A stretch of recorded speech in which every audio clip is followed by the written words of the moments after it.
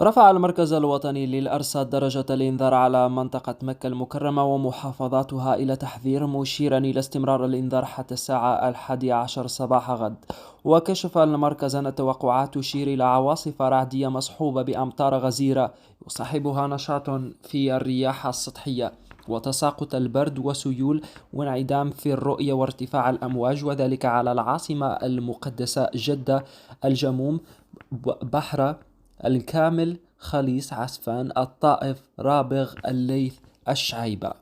ودعا المركز إلى اتباع الإرشادات أثناء هطول الأمطار وجريان السيول، منها تجنب المناطق المعرضة للسيول في حال هطول الأمطار، والابتعاد عن المناطق المكشوفة، وعدم استخدام الجوال أثناء حدوث الصواعق، والبقاء في المنزل حفاظا على السلامة ومتابعة الأحوال الجوية.